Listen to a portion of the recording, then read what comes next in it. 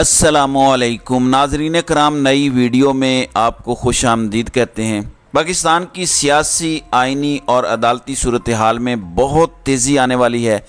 ऐसी तेज़ी आने वाली है कि पिछले चंद हफ्तों में जो कुछ हुआ है आप उसको भूल जाएंगे, और ये तेज़ी वहाँ से नहीं आएगी जहाँ से आप तवक्को कर रहे हैं, क्योंकि इस्टेब्लिशमेंट की तरफ से बहुत ज़्यादा मैसेजेस आ रहे हैं, मैसेजिंग हो रही है, वार्न किया जा रहा है, ख़बरदार किया जा रहा है।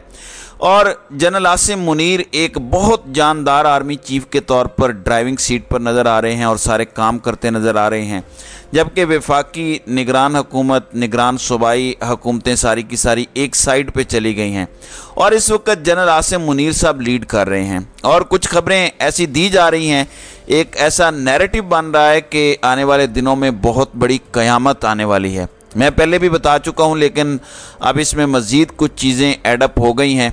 उसकी रीज़न ये है कि अदलिया का और इस्टेब्लिशमेंट का, यानी कि हमारी अस्करी क़यादत का और हमारी जुडिशियल लीडरशिप का अब मैच पड़ने वाला है। और ये मैच फ्रेंडली मैच नहीं होगा, बल्कि बड़ा सख्त मैच होगा।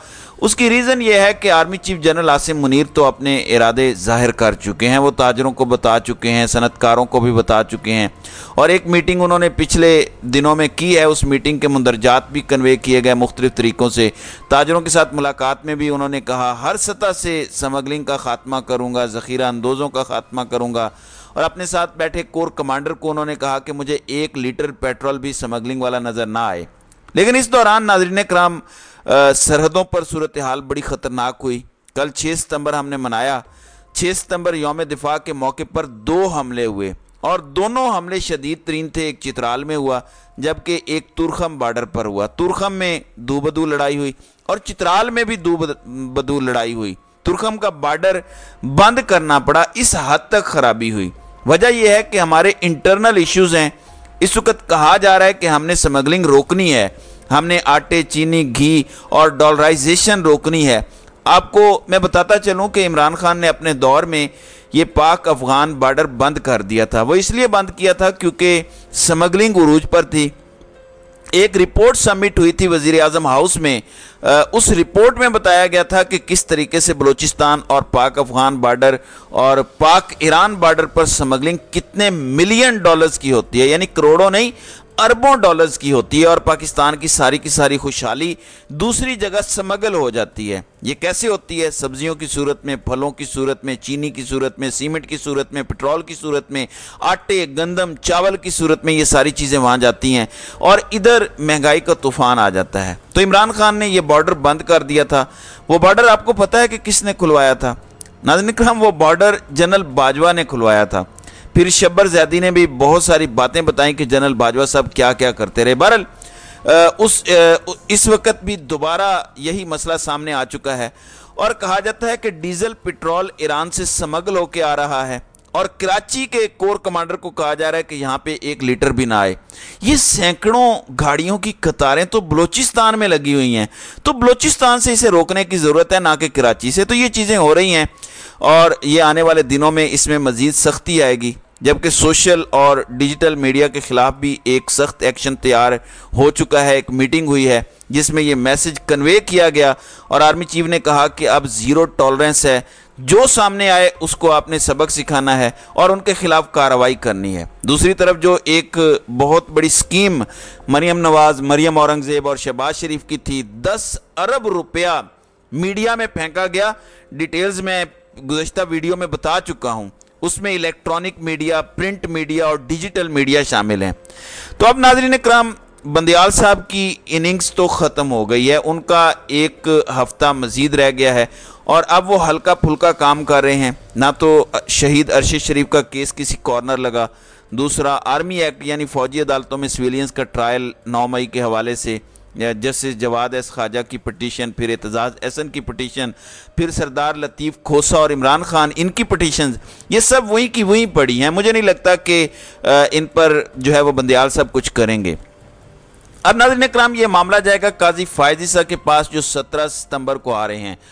वक्त तेज़ी से गुजर रहा है, 1 हफ़्ता रह गया है, आखिरी हफ़्ता चल रहा है उम्र अता बंदियाल साहब का।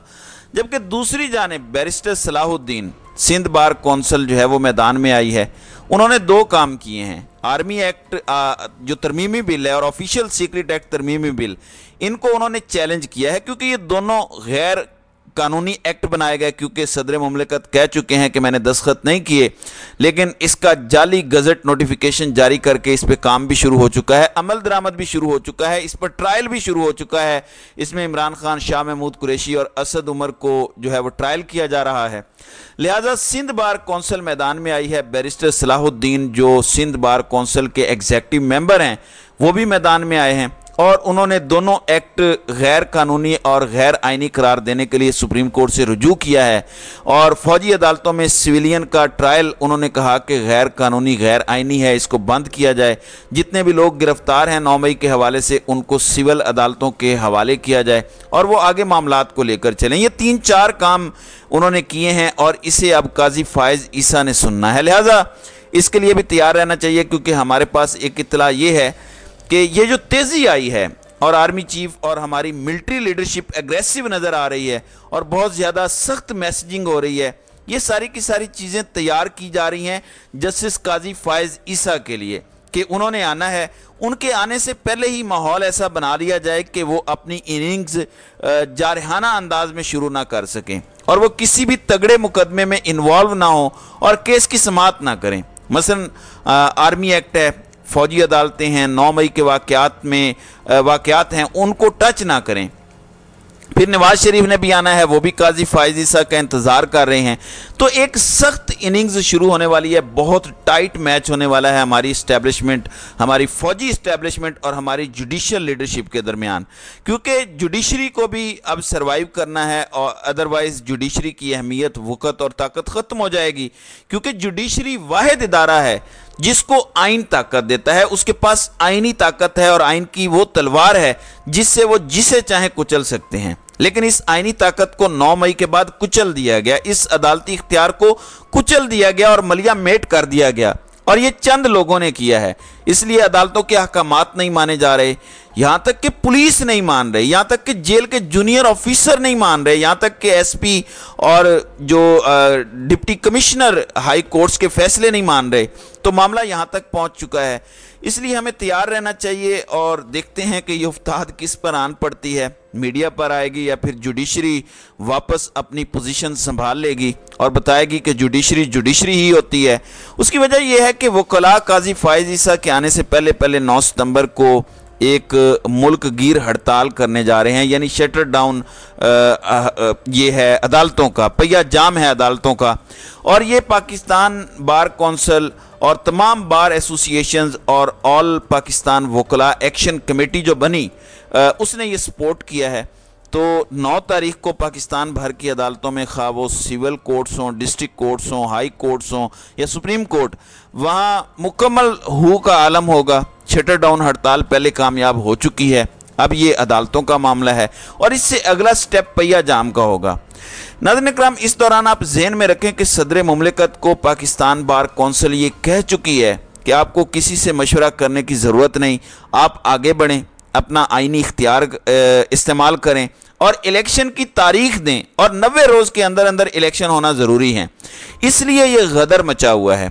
पाकिस्तान पीपल्स पार्टी के बारे में बहुत सारी खबरें आई, बल्कि फैलाई गई कि शर्जील मेमन फरार, फलां फरार, जरदारी साहब भाग गए, बिलावल छुपा हुआ है, शाजिया मरी के घर से 96 अरब रुपए बरामद हो गए, फलां के घर से इतना रुपया बरामद हो गया।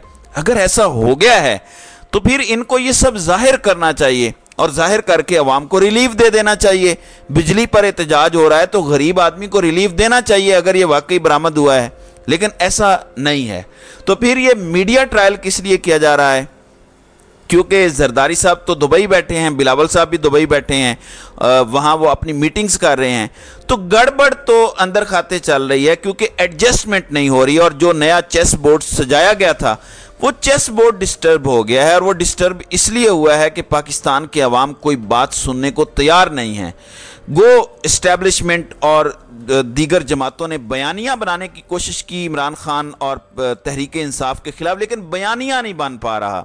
और वो इसलिए नहीं बन पा रहा कि 9 मई के बाद जो कुछ हुआ, वैसे तो पिछले 15 माह से जो कुछ हो रहा है, लेकिन ख़ास तौर पर 9 मई के बाद जो कुछ हुआ वो पाकिस्तानी अवाम की एक दर्दनाक स्टोरी है। اب تک اس کا سلسلہ جاری ہے، خواہ چودھری پرویز الہی ہوں یا دیگر قیدی ہوں، خواتین ہیں، ڈاکٹر یاسمین راشد ہیں، صنم جاوید ہیں، عالیہ حمزہ ہیں، دیگر ہیں۔ لہٰذا اس کے لیے تیار رہنا چاہیے تمام کو، کیونکہ کچھ ایسے اقدامات اٹھانے کی بات کی جا رہی ہے۔ پاکستان میں مارشل لاء نام کی کوئی چیز ہمیں آئندہ نظر آئے گی پلس کی۔ دیکھتے ہیں کہ ہوتا کیا ہے، کیونکہ یہ اتنا آسان نہیں ہے۔ 21ویں صدی ہے، جبکہ ہمارے امریکی سفیر بھی ایز وائسرائے ایکٹ کر رہے ہیں اور انہوں نے مائنوٹلی چیزوں کو دیکھنا شروع کر دیا ہے، جبکہ نئے رجسٹرار سپریم کورٹ بھی تعینات ہو چکے ہیں۔ تو دیکھتے ہیں کہ آنے والے دنوں میں مزید کیا ہوتا ہے۔ اللہ نہ کرے کہ کچھ ایسا بدتر ہو، بہتر یہی ہے کہ الیکشن کی طرف جایا جائے اور عوام کو ان کے حقوق دیے جائیں۔ تو ناظرین کرام، آپ کی اس ویڈیو کے حوالے سے کیا رائے ہے؟ آپ اپنی رائے کا اظہار کامنٹ سیکشن میں ضرور کیجیے گا۔